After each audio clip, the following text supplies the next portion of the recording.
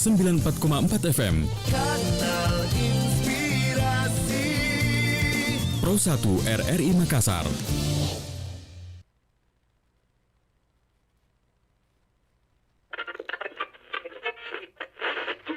Assalamualaikum warahmatullahi wabarakatuh, pendengar Kiprah Desa dimanapun Anda berada. Dengarkan Kiprah Desa RRI Makassar. pertanian organik atau yang biasa kita kenal dengan pertanian sehat ramah lingkungan. Mulai dari proses budidayanya sampai panen itu tidak menggunakan bahan kimia apapun. Setiap hari pukul 19.30 waktu Indonesia bagian Tengah. Pro 1 RRI Makassar.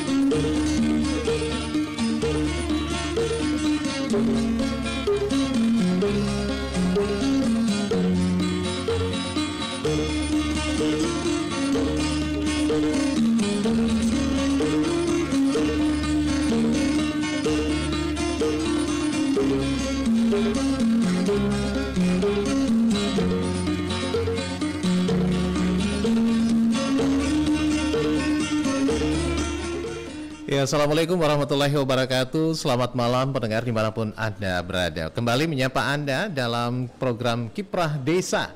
Untuk edisi hari ini, Jumat 4 Februari 2022. Bersama saya Arfan Yusri di ruang dengar Anda.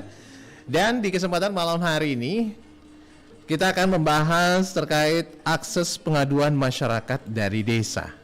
Ya, yang akan hadir di ruang dengar Anda juga nanti bersama narasumber saya. Ada Ibu Siti Dwi Adiah Pratiwi SHMH MAP. Beliau adalah Kepala Bidang PVL Ombudsman Sulawesi Selatan. Nah, kita langsung saja menyapa beliau. Assalamualaikum, selamat malam Ibu Siti Dwi Adiah. Halo, selamat malam. Selamat Apakah malam. suara saya terdengar dengan jelas? Jelas sekali suaranya Ibu. Begitupun demikian, mudah-mudahan suara saya juga jelas di sana ya. Iya. Baik, malam ini di Kiprah Desa kita membahas terkait akses pengaduan masyarakat dari desa ya. Ini mungkin seiring dengan beberapa pertemuan kemarin dari Ombudsman juga ini terkait hal-hal yang terkait masalah pengaduan-pengaduan masyarakat di perangkat desa. Tapi kita langsung ke masyarakatnya nih ya. Ya. Baik, Ibu, mungkin malam ini membuka Kiprah Desa kita, akses pengaduan masyarakat dari desa seperti apa ini yang dibuka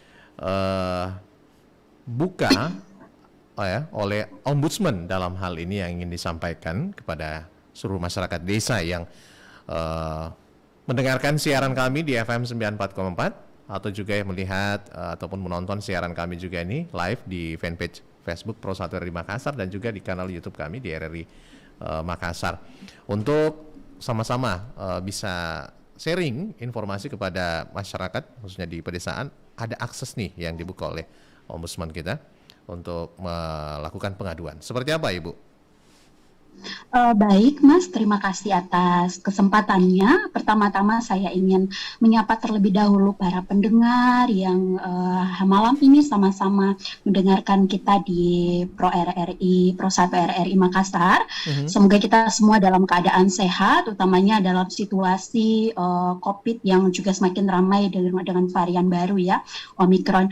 Baik, Mas. Menyikapi terkait apa sih kanal atau sebesar apa akses yang diberikan oleh Ombudsman bagi masyarakat desa untuk menyampaikan pengaduan ke Ombudsman.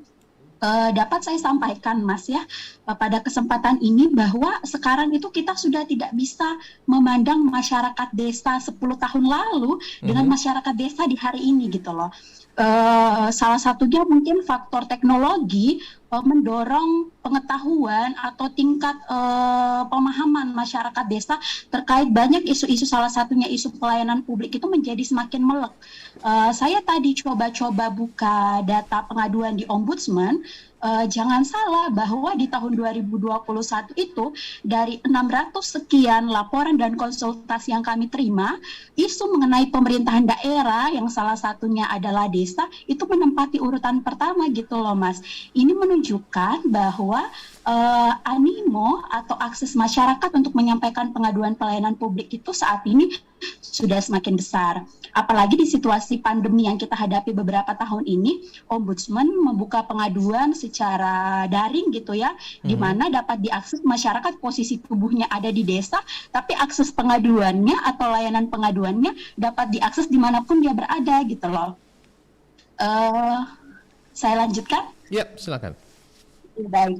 Nah, pada kesempatan ini juga, Mas, kami sebenarnya berharap bahwa yang menjadi fokus kita bukan hanya bagaimana masyarakat desa memiliki akses untuk menyampaikan pengaduan ke Ombudsman, tidak. Tapi justru semoga malam ini menjadi momen untuk kita mengingat bersama bagaimana desa sendiri sebagai suatu sistem pemerintahan yang menjalankan kerja-kerja pemerintahan, pelayanan publik, juga dapat membuka akses sebesar-besarnya bagi masyarakat yang ada di desanya untuk menyampaikan pengaduan publik gitu. Jadi jangan bicara akses masyarakat ke Ombudsman, menurut saya itu nomor 2. Yang perlu didahulukan yang pertama adalah bagaimana akses masyarakat atau keterbukaan sistem pemerintahan di desa untuk menerima pengaduan dari masyarakatnya sendiri.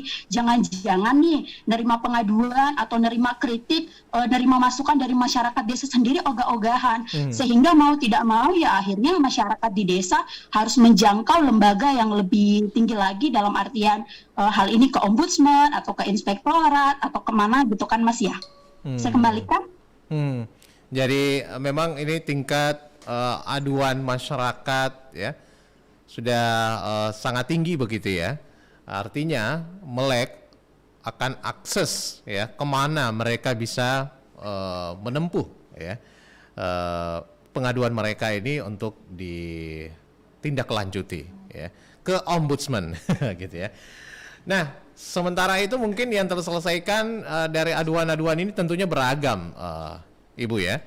Tentunya begitu banyak ataupun mungkin beragam pengaduan dari masyarakat,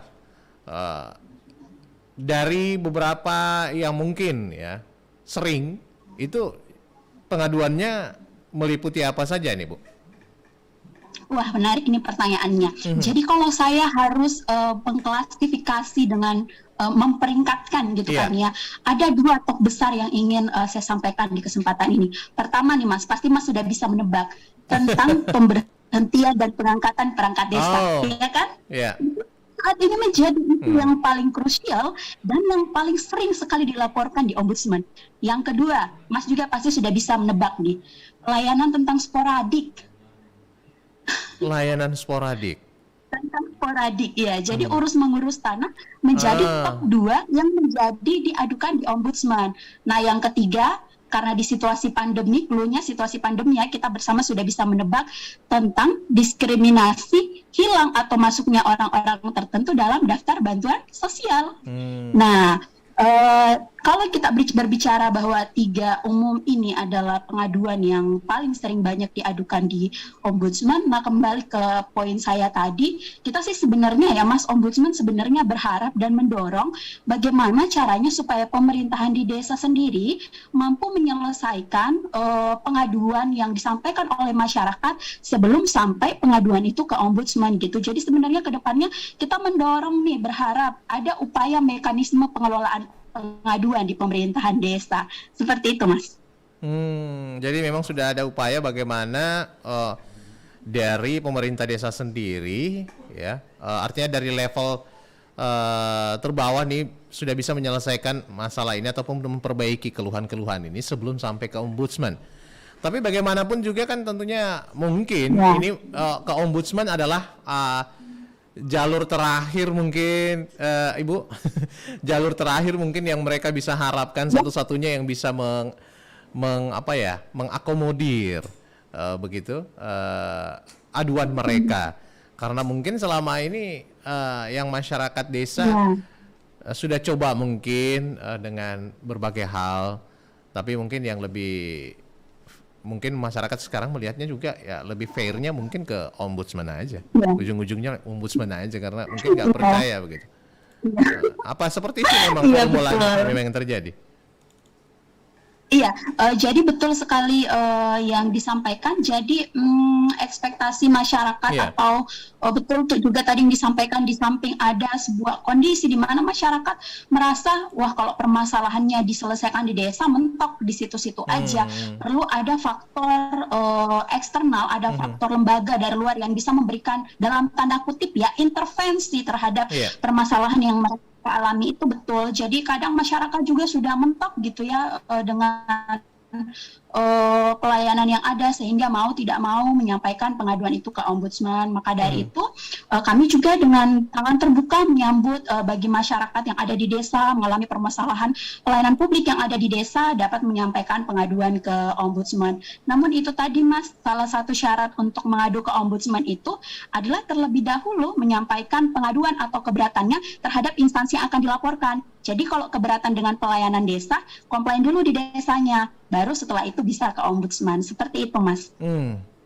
Komplain dulu ke desanya, baru bisa ke Ombudsman. Betul. Oke. Nah, langkah ini mungkin yang selalu dilupakan oleh masyarakat. Mungkin dengan ya istilahnya seperti tadi lah, pengen memangkas waktu biar cepat mendapat respon, langsung aja Iya, Ombudsman. Betul sekali. Betul sekali. Nah, apalagi mungkin kan melihat seperti itu tadi ya, kita mungkin ke poin sporadik lah ya. Mungkin masyarakat sekarang menjadi permasalahan sporadik itu kan mungkin kita menganggapnya itu sudah rahasia umum itu.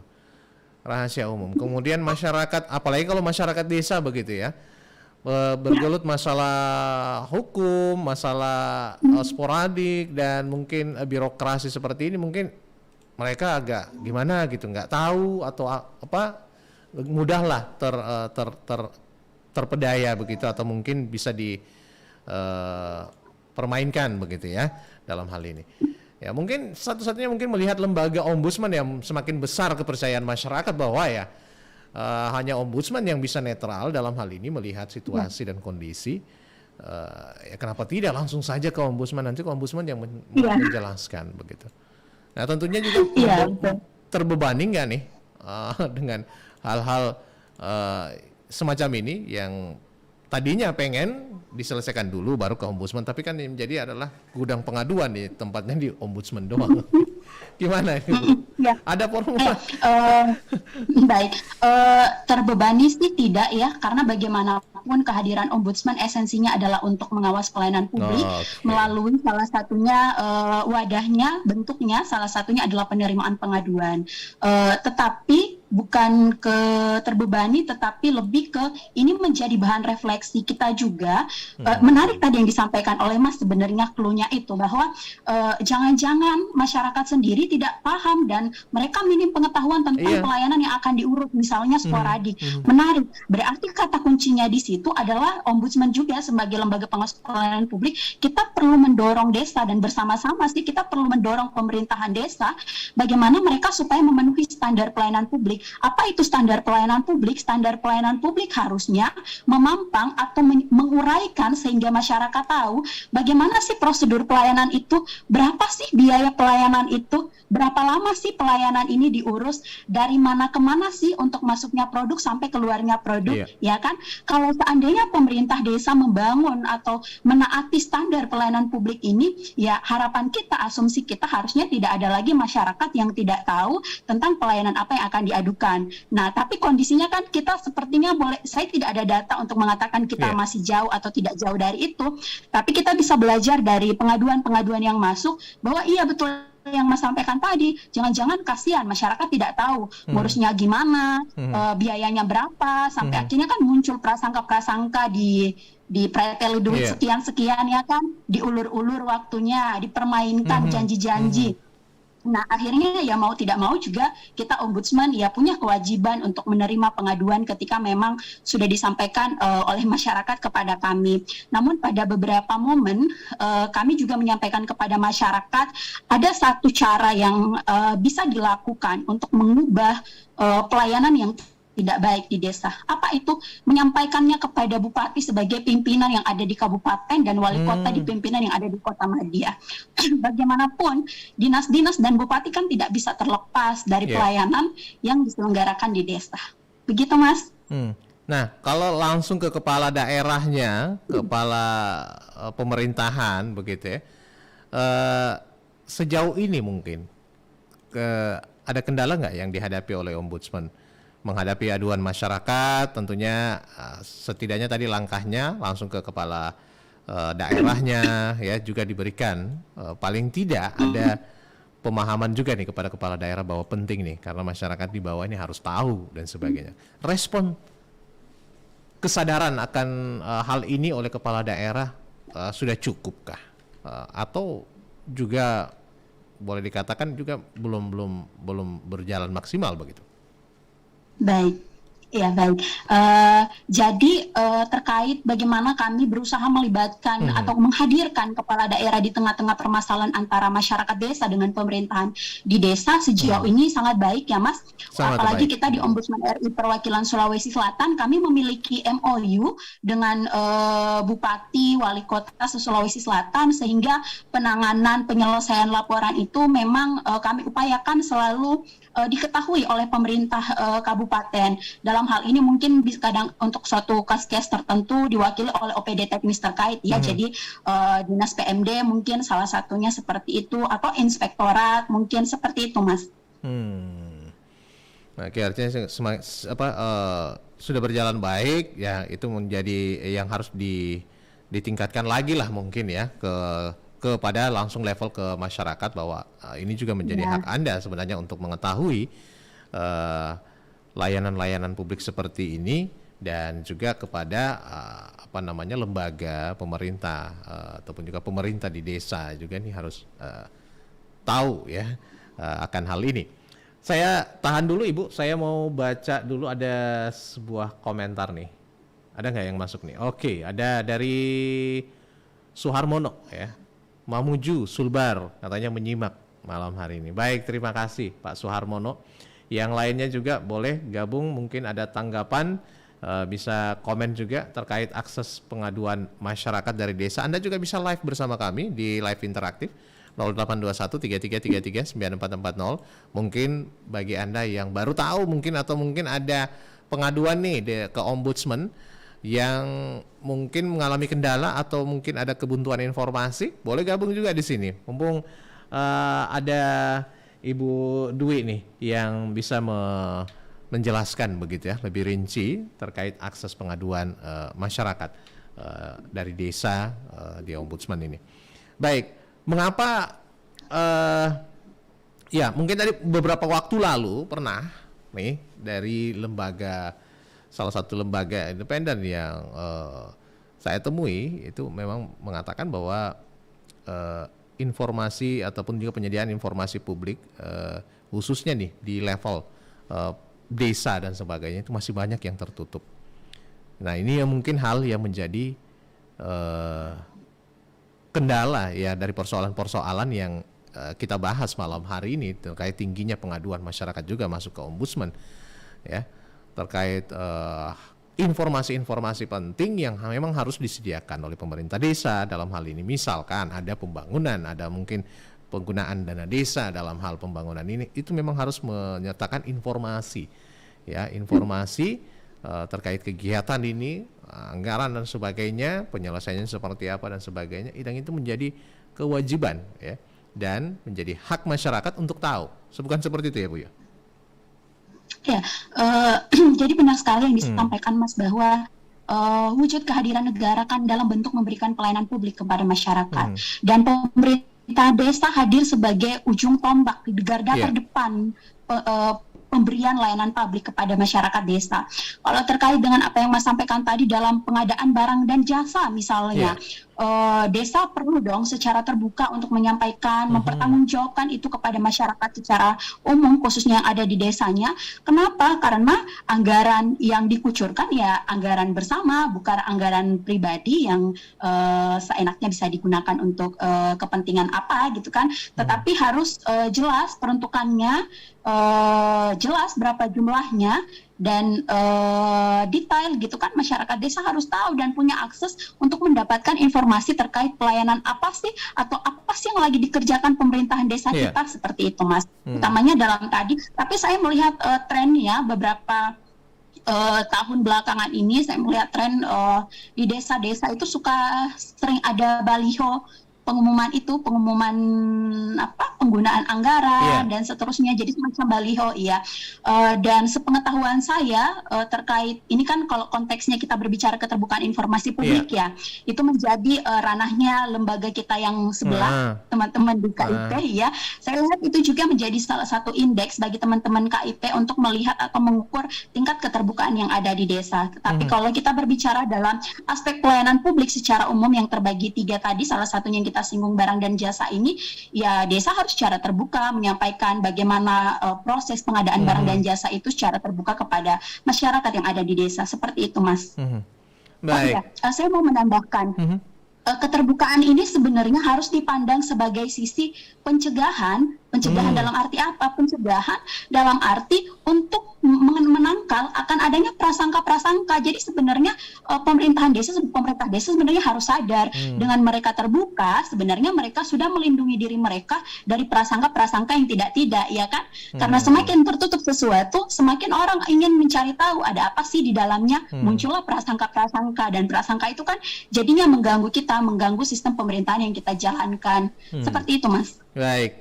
Ya, jadi itu gambarannya bahwa mungkin hal-hal seperti ini bisa dimulai, bahwa keterbukaan informasi dalam hal ini yang nantinya menjadi sumber pengaduan tentunya, yang nanti akan diajukan oleh masyarakat desa terkait beberapa hal yang terjadi di pemerintahan desa ini yang akan dibawa ke ombudsman. Nah setidaknya sekiranya pengennya ombudsman tahu juga bahwa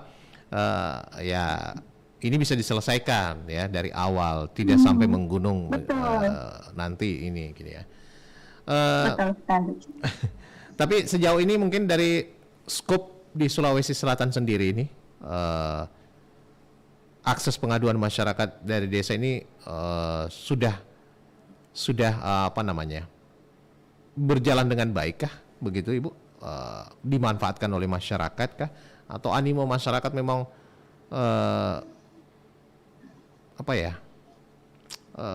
kritis begitu, selalu berharap bahwa ombudsman juga ini mungkin sudut pandangnya juga berbeda.